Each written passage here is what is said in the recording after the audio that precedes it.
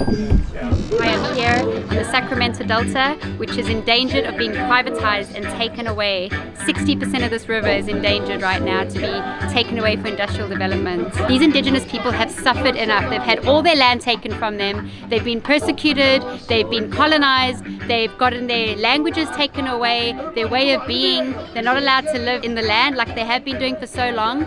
All of that has changed, and now what are they doing? They're trying to take their water away. And I just think it's atrocious. They want to take the water away from them for industrial development, which is only going to benefit a few rich people. So we are here to raise awareness about it. There are, hundreds of indigenous families that are going to be affected, that they've been coming and they've been protesting. And so we're creating this event to use art and music to create awareness and to create a movement to let people know about what's going on here and how detrimental it's going to be for the lives of these people along the river here. And it's being whitewashed as something that's going to benefit people when we actually know that people who benefit are like Bechtel, one of the largest construction companies in the world, the Resnicks, who are like the big $8-10 billion agroligarchy of California, who want to continue to expand their empire by capitalizing and controlling and owning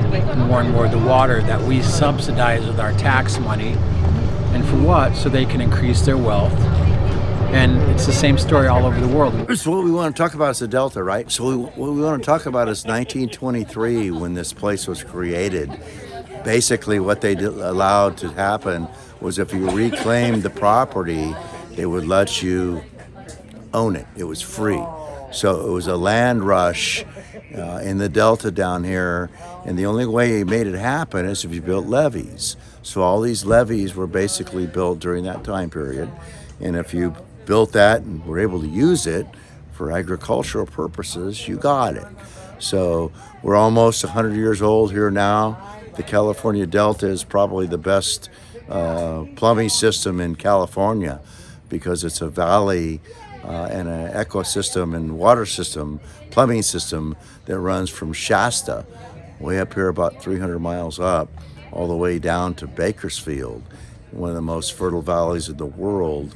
And that valley has a system of waterways, rivers that come out of the Sierra Range on one side, out of the I guess you would call it the coastal range on the other side. So those two valleys feed the water system that comes down through here, and when it comes down through here, it feeds out into San Francisco Bay. And it's one of the few places in the world that's inverted.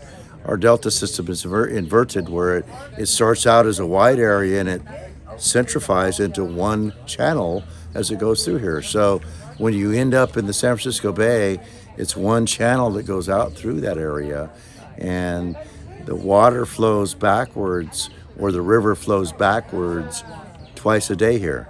The river flows one way and then the other way. So it flows both ways based on the fact that we're connected to the ocean. So in that sense, we have sea lions come up here, we have whales come up here, we have the salmon come up here, we have the striped bass come up here. We have a waterway and an ecosystem that's phenomenal. We're surrounded by, we have Stone Lakes Nature Preserves up here. We got the Cosumnes River Nature Preserve over here. We got the Staten Island Nature Preserve over here. So we're surrounded by nature preserves through the area that we're in here, which is Walnut Grove. And as the water flows down through here in the McCollum River here, it flows down into the Sacramento River out to the San Francisco Bay. So if I wanted to get on my jet ski and drive from here to the San Francisco, I'd be there in like 35 minutes. So it's not a far distance to travel. Yet the issue is with the water, as it leaves here and goes down to there, they're trying to take it. So as they siphon the water out of our rivers up here and don't allow for the water flow, they've ruined the ecosystem. We have a Delta smelt that's in almost extinct.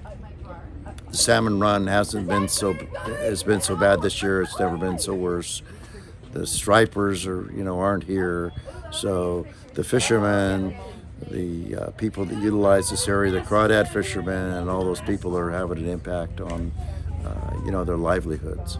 So we have a great area here. We have great ecosystem, and we want to make sure that the tunnels aren't built. Bottom line is, you know, there's only so much water to go around, and if they put a tunnel through here, they're talking about putting that tunnel about a mile from us here, and it would impact the construction. Impact would be phenomenal for about 10 years. So, you know, there's no question that there would be an impact not only on the water quality, but also the ability for the aquatic people to, you know, be here.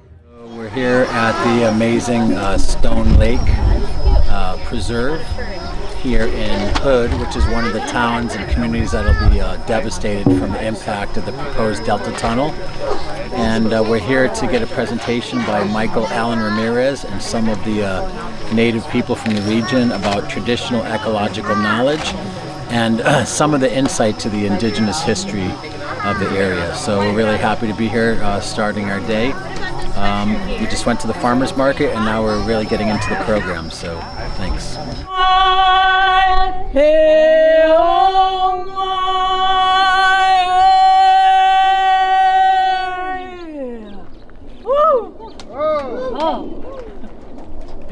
That song, its translation is, ancestors, hear us.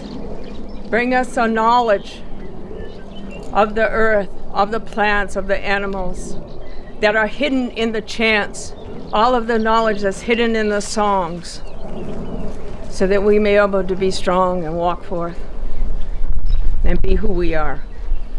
Ho! Mitakease, all my relations.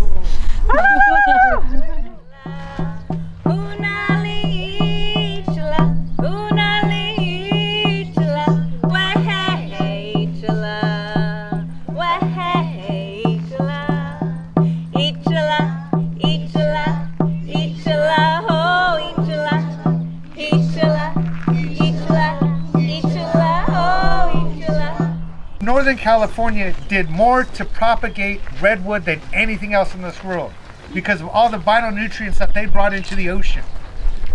And much like the salmon, we try to live in that circular reciprocal way. I would love to have fruit bear from my passing and not just sadness. So when the salmon come in from the ocean, they went out, they changed, they adapted, much like the natives had to do for thousands of years. And through trial and error, figured out how to survive. And so for thousands of years, the native peoples of this land, up and down, all the way to what is now called Panama, all the way up to what is now called Canada, lived with earth, lived with tree, lived with bird, lived with water. Not because you shared a space, but because you were of the family. Now, I talk about the creation story to people because it puts them in reference. Now, kind of sum it up. Creator called in all the native peoples. And by peoples, I mean the squirrels, the birds, the snakes, the insects. Said, next summer, when the sun comes out and the winter goes away, there'll be a new creature. And so all the animals in the roundhouse gave of themselves for us to be here. And so with that mindset, we as native peoples have lived with our brothers and sisters who gave of us, who gave us how to swim and be with the water, but also gave of themselves physically. Deer skins to keep us warm, rabbit furs for our babies' diapers. And we gave thanks for these things.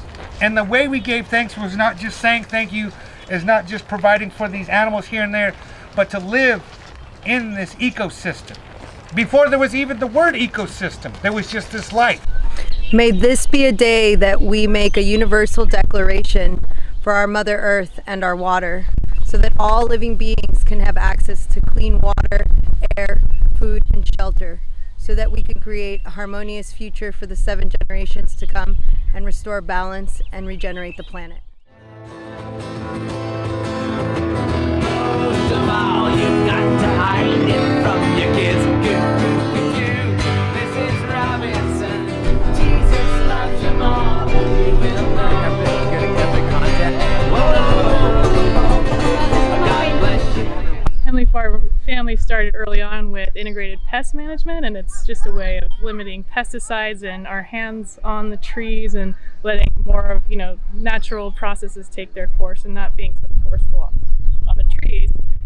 There's always a combination. I think that gets back to what the tunnels are, is that people are looking for one solution, a quick, easy fix. And yeah, we're in a drought in California, so let's take all the water from Northern California and put it somewhere else. And that's not the answer. And it's not ever going to be one simple answer to anything in life. And that's what we're facing here in the Delta, is going to cause problems to farming and agriculture. It's going to cause problems to drinking water quality in Southern California. In San Francisco, it's going to be affected. The agriculture in that is going to be affected. It's not the solution, and just because we can't find an easy solution doesn't mean we should stick to let's solve it with this one bullet that we've got, which is tunnels, or let's build a dam. And none of it's going to be a whole lot of small solutions and really amazing people in California coming together, finding all these really cool, creative solutions, saving. It's one person at a time doing all these different things, and it's not just these big, huge solutions. And that's what's so frustrating. And it's like this power coming down on us that we can't control, and we might not have any say in, and it's going to affect every single one of us. And that's, I think, why all of us are here, because we're all so frustrated and we want to fight and we don't know how, and we want all of our voices to come together and to say something strong and powerful. And we all want to be on this planet. We want to experience all that we have, and this, the farm and the wind blowing in our hair, everything. And I'm tired. I'm getting emotional. But when we start talking about the tunnels, it's just this weight that comes down. That again. Yeah, I want this gone, but we want people to have water, and we know that that's an issue, and we just know that there are different solutions. We want people to come together and find those solutions.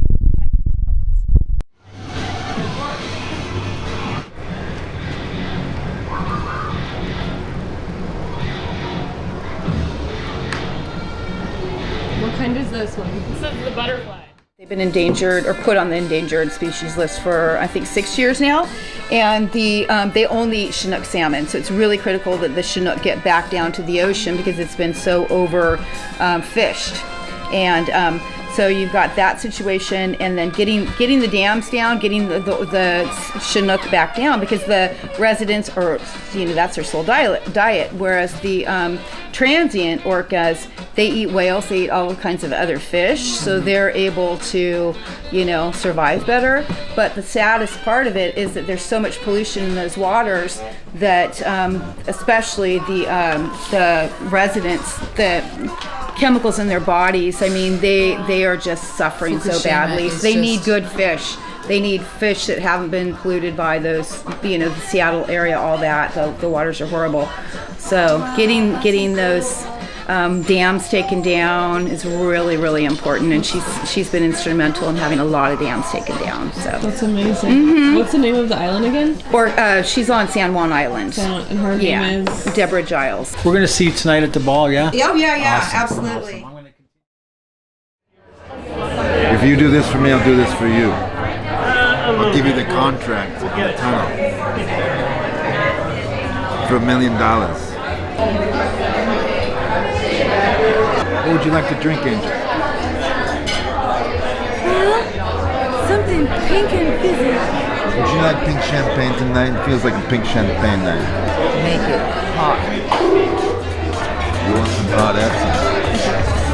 Alright. I'll be right back.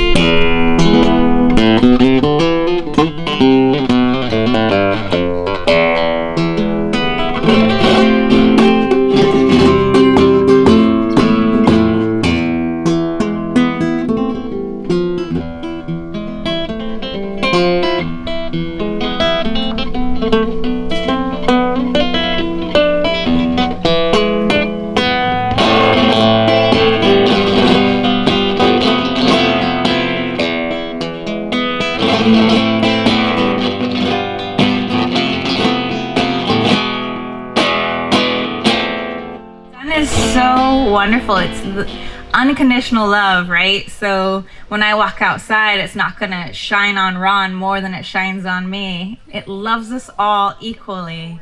And it's that paternal father love, right? It holds the earth as it moves around the sun and holds us to the earth. So it's always holding us, protecting us, and giving us unconditional love. So those of us who didn't have the paternal love that we needed, it's there for you at any time. And then we have the maternal love, which is the air from the trees, the food from the earth, right? The water, everything that makes our bodies what they need to exist. That's the maternal love. Go outside barefoot and let her nurture you. And you always have that available to you at any time.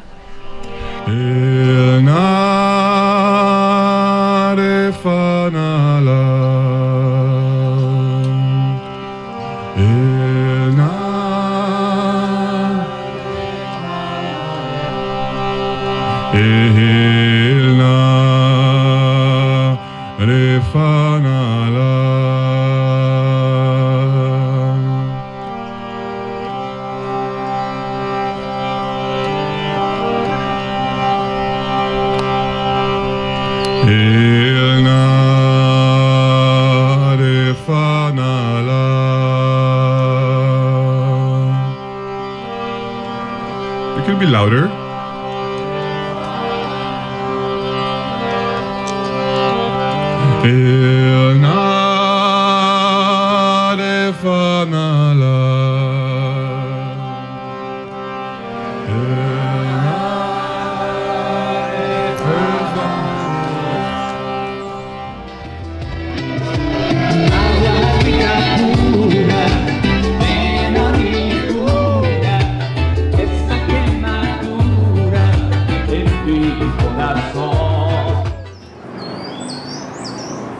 Just let me know.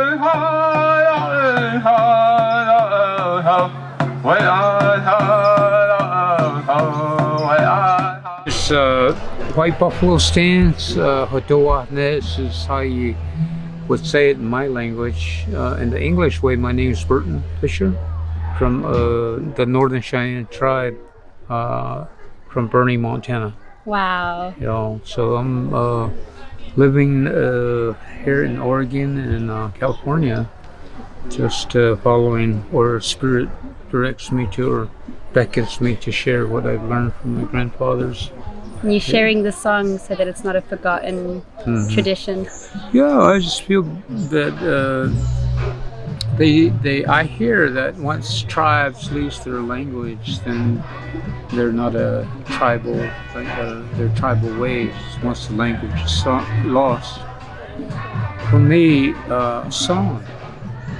Once you lose your singers, those singers that know the songs, the society songs, different prayer ways, like to conduct ceremonies to help Earth and their spirits and the people. Nobody can dance. Nobody will be able to perform those dances like the sun dance, the Oldie songs. You know, it's like if they go, then kind of lost, you know. But that's just always presenting to people, hey, there's something there. You look into your ancestry, you'll find strength. Are you passing your songs on to the next generation? Well, actually, my children should be the 8th generation coming up, and through a fragmented lifestyle in early age, and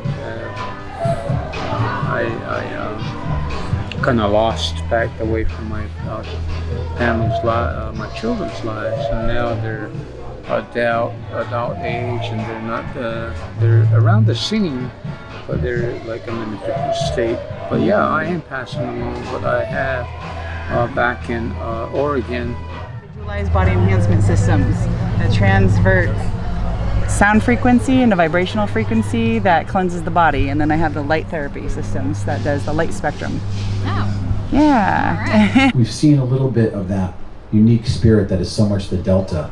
So just for a few minutes, we want to drop in and share some words with some of the people who are here and the work they're doing, and also to remind you to go to YouTube and check out Soul of the Delta. Our trailer is up right now. We've interviewed over 40 people over the last year and a half. And really, honestly, this has been a labor of love of thousands of hours and dollars being poured into producing this. We're not corporately sponsored. None of us have trust funds. It's really been a grassroots movement. And I really liken it to the moment of Lord of the Rings, when the Dark Tower of Sauron is rising up, right? I didn't know we were Shit's getting weird. Anyways, but it really is going to take all of us, all of the earth beings, the indigenous communities, the nonprofits, the elves, the fairies, the wizards, the musicians, the activists, all of us. This is our watershed moment to come together and make a stand for water. I'm an investigative journalist, and I write for a number of publications. My stuff has been published in Sacramento News and Review. I have a column in the Stockton Record that focuses on fishing, and I've covered some of these issues in it. And I also write for a number of publications, including the Daily Cause. And first of all, the Delta Smelt, that was once the most abundant fish in the entire Delta. Now, the last 3 years in a row, the Delta surveys that the Department of Fish and Game conducts, they call them the annual Delta Fall Midwater Trawl Survey, have turned up 0 Delta Smelt. None. Where they found, this was the most abundant fish. And there's basically very few left in the wild, so that there were some other studies where they turned up the Delta Smelt in the actual trawl that they've had to measure fish abundance. They haven't found any in the last 3 years. And the premier scientists, Dr. Peter Moyle and others, published a short article on a blog and said that it is likely that they will become extinct this year, if not next year. And this is done because a number of factors, okay? There's toxic water that's gone into the Delta for years, or there's toxics that have been measured, okay? There's invasive species, but the key species that overrides all the others is Delta water exports. Number 2, we'll talk about the salmon kill on the Sacramento. Right now, in the upper Sacramento, above Red Bluff, the salmon, the winter run Chinook salmon, should be spawning. Well, what they found out, crews on the river found out that they're dying because of the warm water. Water's too warm for them to survive, and they're dying before spawning. And the water temperature is, 62 degrees. And they predict that many more will die of the fish. These are endangered species, highest rating endangered species under both the state and federal acts. And there's no water, and I'll go into why there's no water. Thirdly, there's a big fish kill on the Klamath River. And I'm one of the few people that reported on it right away when the Yurok tribe reported it. There's every day they're finding more and more Delta Smelt. And the Klamath is connected directly to the Delta through the pipeline that goes to ship Trinity River water, which is a tributary of the Klamath, to the Sacramento. So that Westland people in Fresno, Kings, and Kern County can get water from the Trinity Okay, and so here's the key thing, and here's the conclusion. This is what most people don't know. The water exports of the last 10 years, 8 out of 10 went way over 3 million feet, which is considered by scientists, environmentalists, and others as the maximum amount of water that you can export from the delta without the system completely collapsing. Okay, 2 out of 10. 2 of those 10 years were over 6 million acre-feet. That's 6 million acres. And this water's already been shipped. That's why fish can't get water. It's already, the reservoirs have been drained. And Gavin Newsom and the Department of Water Resources, they only want to make it worse by building the Delta Tunnel. The Delta Smelt may be extinct in the wild before they even start constructing the tunnel. And the Winter One Chinook, it may be limited to aquariums. So we really have to fight this Delta Tunnel, and we have to fight the government on all the massive exports that this is breaking all sorts of laws, environmental laws, from the Endangered Species Act to Clean Water Act to a number of fish and game laws. You're supposed to preserve fish and keep them alive below dams. The delta and all the water comes from major dams like Shasta and Oroville. So that's what's going on. During the drought, during the last few droughts, they did nothing to stop this massive water export, and now there's no water in the reservoirs.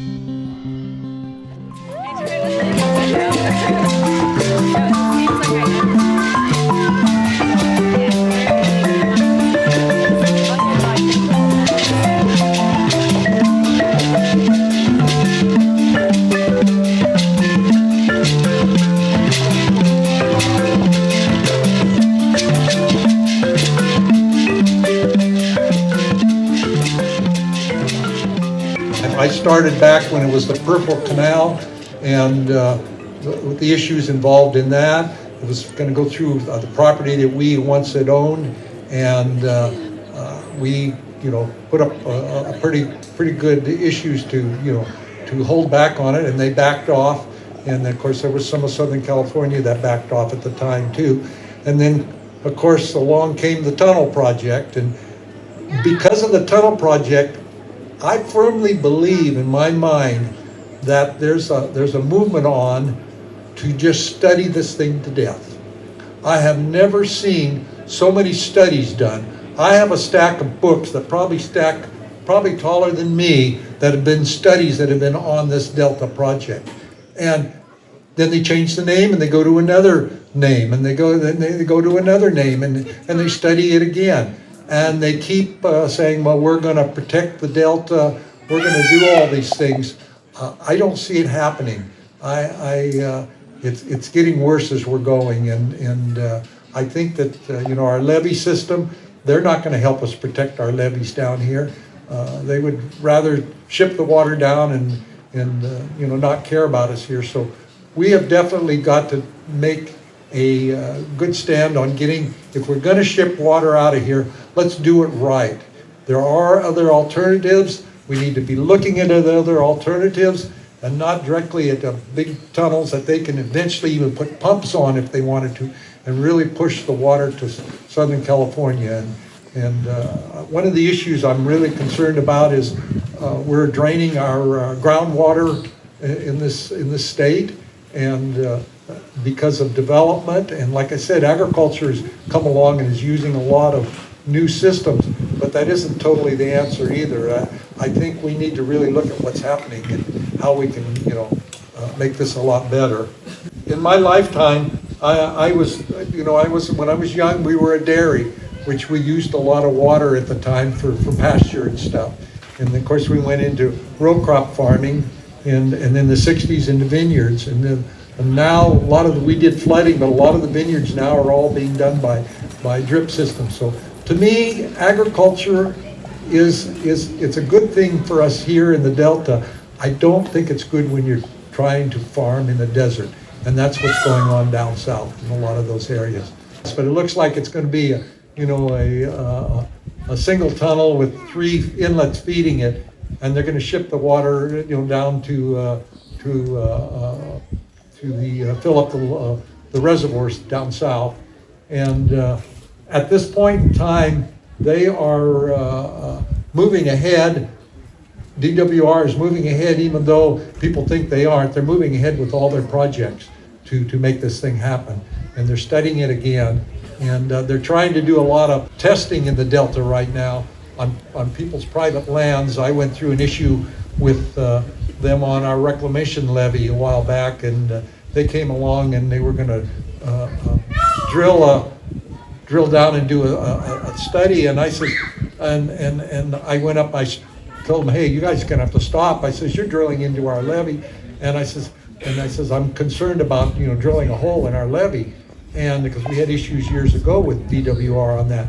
And so they said, well, we're going to go ahead and we'll probably put a hold to it.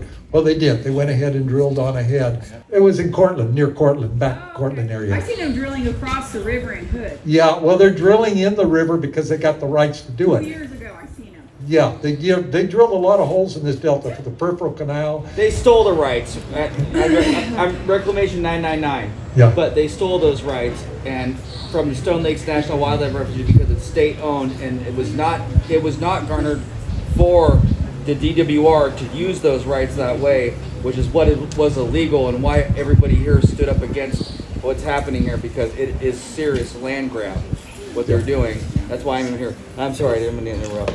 But 999, they're doing the same thing for every single outlet here, and Yeah. it's not fair. Yeah, well, they drilled into our property on the levee, and we put in a fight on it, but we didn't win it. They went ahead and drilled, so I had to get our engineer to seal it up. Eo mai kahiki mai iluna mai e. Oh